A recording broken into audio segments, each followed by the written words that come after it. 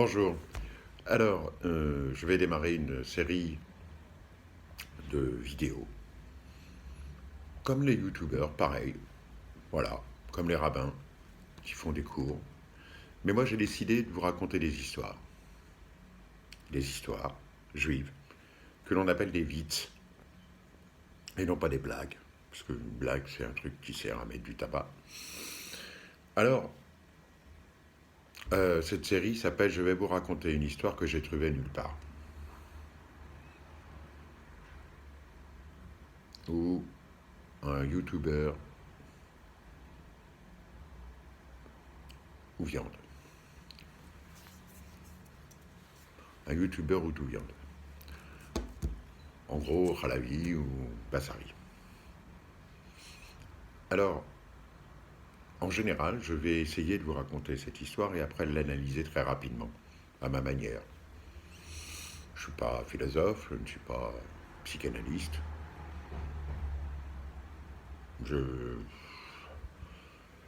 Un petit juif, anciennement de la rue des Rosiers, et qui a envie juste de vous raconter, de partager avec vous les grands moments que j'ai vécus avec plein de gens qui m'ont raconté des histoires dans cette rue. Et en fait, de les analyser à ma manière, non, c'est pas vraiment ma manière. Je m'inspire de deux maîtres. L'un s'appelle Rabbi Khmar et l'autre s'appelle Rabbi Shmok. Maintenant, il y a aussi Rabbi Merbol et il y a aussi Rabbi Meshige. Ce sont mes rabbis, ça a toujours été mes maîtres depuis que j'ai mis d'ailleurs les pieds dans cette rue en 1983. Jusque-là, j'avais pas de rabbi. Et puis là, les rabbis que j'ai eus, c'était ça. Ça résume assez bien tout ce que j'ai pu voir et tout ce que j'espère encore rencontrer. Tous ces personnages étranges. Alors je vais commencer par une histoire un peu chaude, pas chaude, mais j'ai pas j'ai pas de tabou. J'espère que vous ne serez pas choqués quand je vous raconterai des histoires qui sont peut-être pas spécialement, voilà, on va dire, bon chic, bon genre. La première histoire, c'est celle de Maurice et de Sarah Lay, un couple qui était marié depuis 41 ans. Pourquoi 41 ? Parce que je ne sais pas. Voilà, c'est 41. Et puis, Maurice avait une petite habitude le matin, il allait prendre son café au petit bistrot du coin. Ce que je fais d'ailleurs assez souvent, j'aime bien ça, moi aussi. Et un jour, attablé à son café, avec son journal, ou peut-être pas son journal, je ne sais pas s'il avait son journal, il entend des types derrière lui, assis aussi, en train de parler de leur nuit d'amour. Bon, paraît-il que c'est des discussions très courantes chez les hommes. En ce qui me concerne, ça m'est jamais souvent arrivé. Mais, et l'un d'eux comme ça, avec une verve, j'ai bien dit verve, hein, attention, incroyable, lance comme ça à ses amis, écoutez, moi, ma femme, elle gémit quand je fais l'amour. Elle gémit.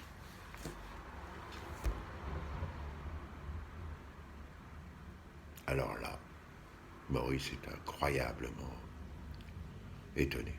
Il entend un truc qu'il n'avait jamais entendu parler en 41 ans de mariage. Une femme qui gémit pendant l'amour. Extraordinaire. L'Echaim.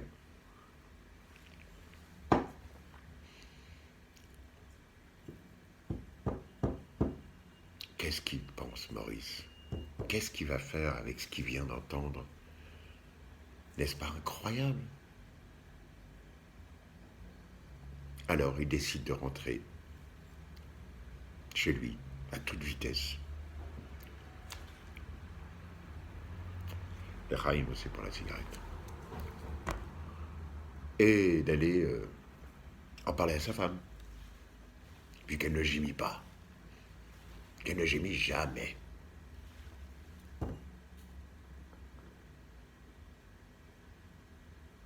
J'aime bien les blancs. Alors, il expose le problème à sa femme, dans les termes qu'il a entendus au café. Et sa femme, pas très contrariante, et puis elle a autre chose à faire que de commencer à discuter si oui, si non, et pourquoi pas. Franchement, bref. Sa femme lui dit, écoute, ça va aller. Maurice, si tu veux que je le gémisse, je l'ai jamais. Si tu ne le veux pas, je ne le gémis pas. Maintenant, si ça te fait plaisir que je gémisse pendant qu'on fait l'amour, azoï. Rien.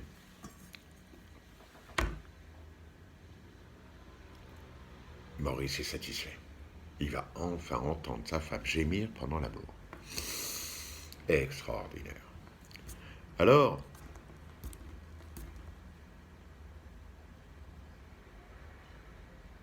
il commence à faire l'amour le soir même.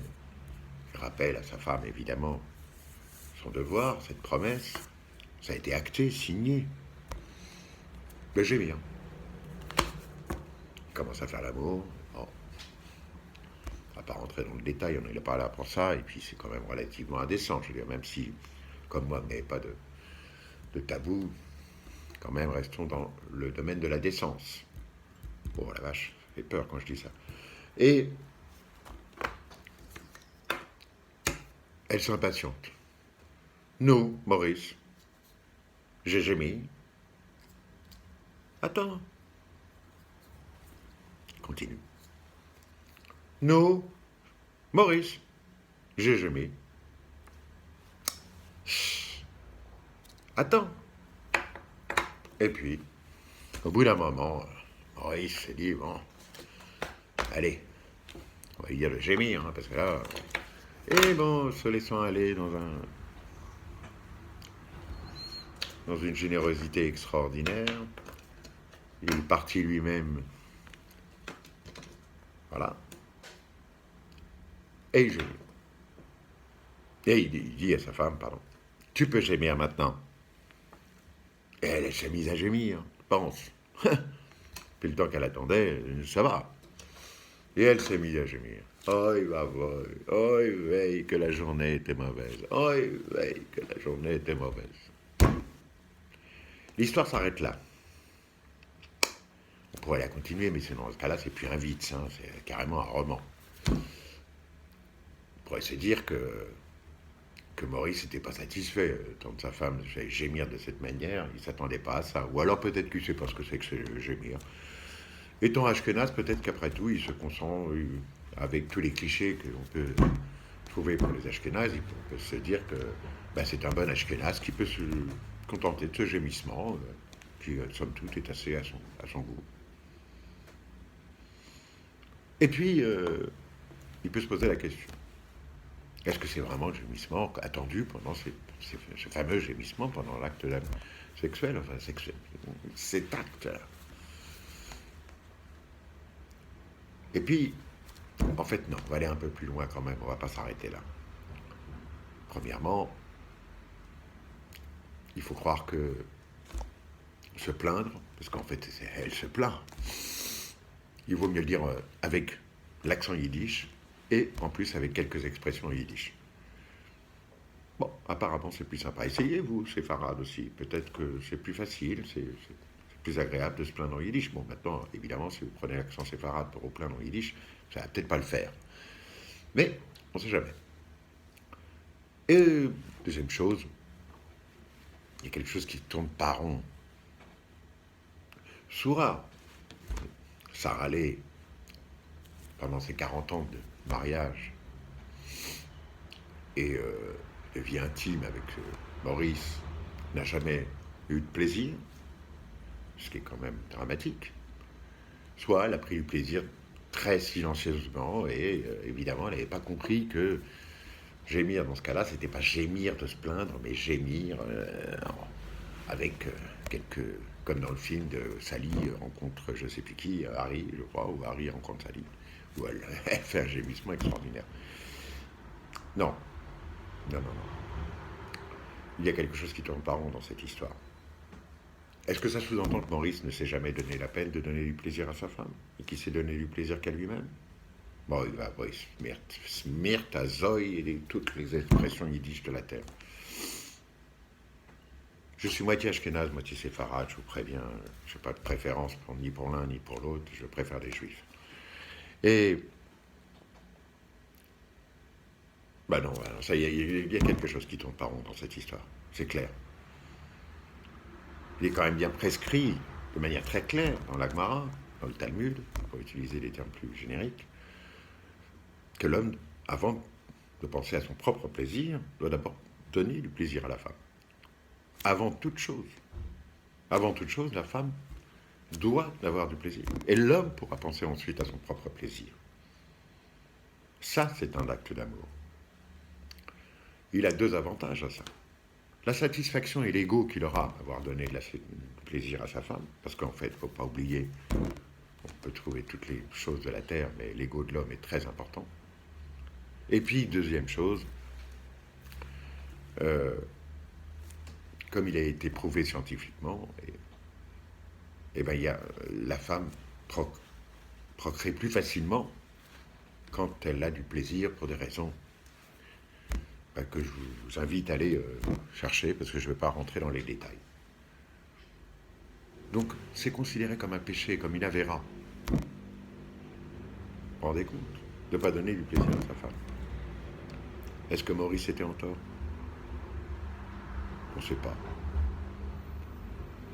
On ne sait pas, parce qu'on ne sait pas si... Voilà, l'histoire ne le raconte pas. Elle est là pour nous faire rire, même avec ma gueule triste là que j'ai. Moi, elle me fait sourire cette histoire. À la prochaine.